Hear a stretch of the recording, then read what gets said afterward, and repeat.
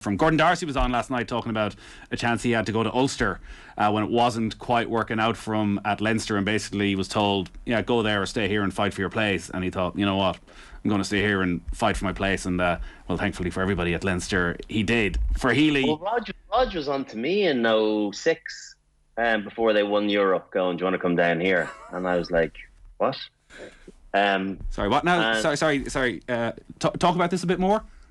Did I never say this? No, Rog was on, kind of tentatively. He'll say, I was never properly asking, but he was definitely hedging his bets a small bit and inquiring as to whether I might have had any interest at all. It was when we were a bit of a basket case back in 05, 06. 4 coaches in 4 years. Cheika came in. The squad that he inherited was all over the shop. And did he just ring you up, or was this a conversation in Ireland camp? No, it was a conversation in camp, and he kind of threw it out there. It wasn't a formal, I've got a contract here ready for you to sign, but it was like, would you think about coming down? He definitely was asked to inquire as to whether, right.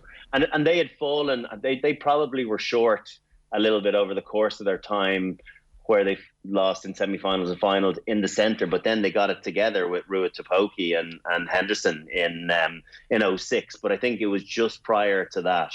I think that's when he inquired, would I be interested in coming down? And I said, I wouldn't, Ronan. I'm going to stay put. Or if I was thinking about moving at that stage. I was definitely considering France as an option. And then when Cheika came in and we got to the semi-final against them that year, I thought, okay, if you can do that with an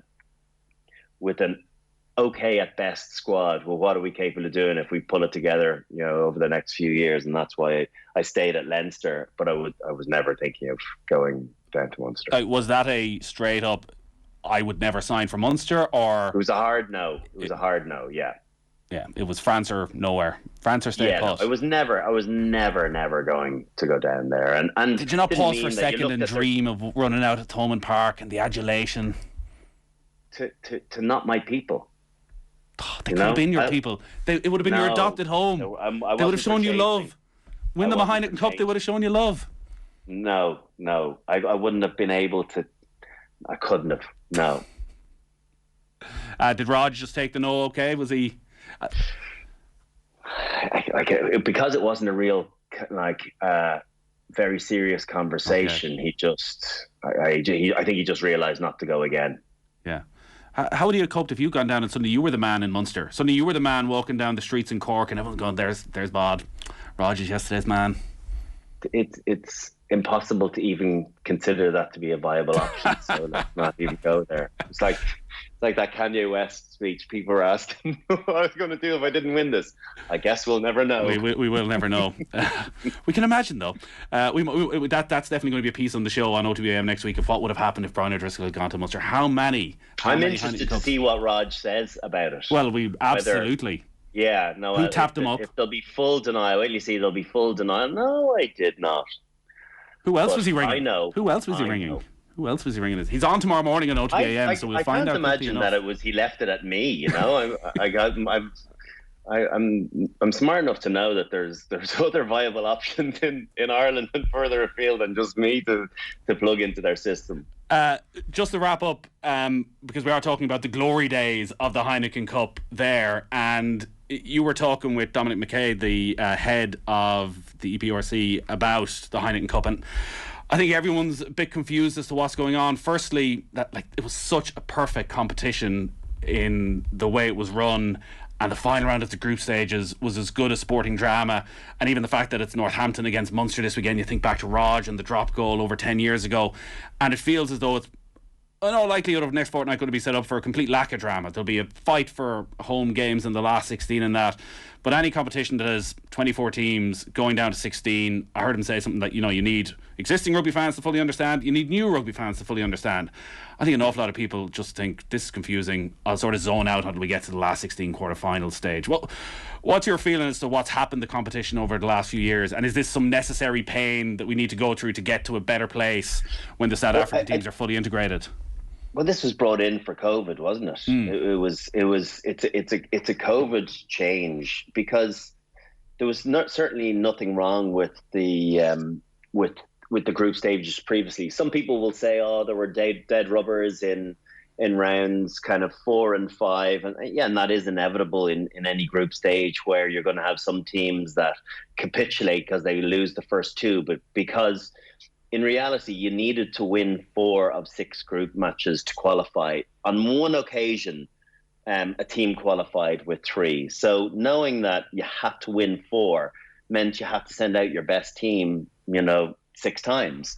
Whereas now, you look at last year's competition, Connacht qualified with 1 victory. Now, granted, they did have 3 try bonuses in losing games and had 3 losing bonus points as well. So they did manage to get 10 points. But you can't have, in 4 games, a team winning once and qualifying for a knockout competition, Europe's top tier competition. That just doesn't equate for me. So we spoke to Dominic on Sunday on BT, and he was very open and honest about looking at all the different avenues. The incorporation of the South African teams have changed the dynamic of Europe an awful lot. And so I think they realize that it's imperfect currently. What was brought in for COVID, I don't think is a long-term fix. So watch the space to see what comes of it, whether it's reduced numbers, 24 teams down to 16 qualifying from 24. It's not working at the moment, and it has been diluted a little bit, no doubt, from the Pomp days. So hopefully they come up with a new strategy in the coming years, and I'm sure they will do, because it's just lost a little bit of its prestige. We got live commentary of Gloucester Leinster on Saturday from 1 o'clock in the Champions Cup. I figured it out. Raj had something in his contract that he had to match the highest earner in the club. He wanted you to come down on a higher contract and he get a little pay bump as well. Maybe. Genius. Maybe.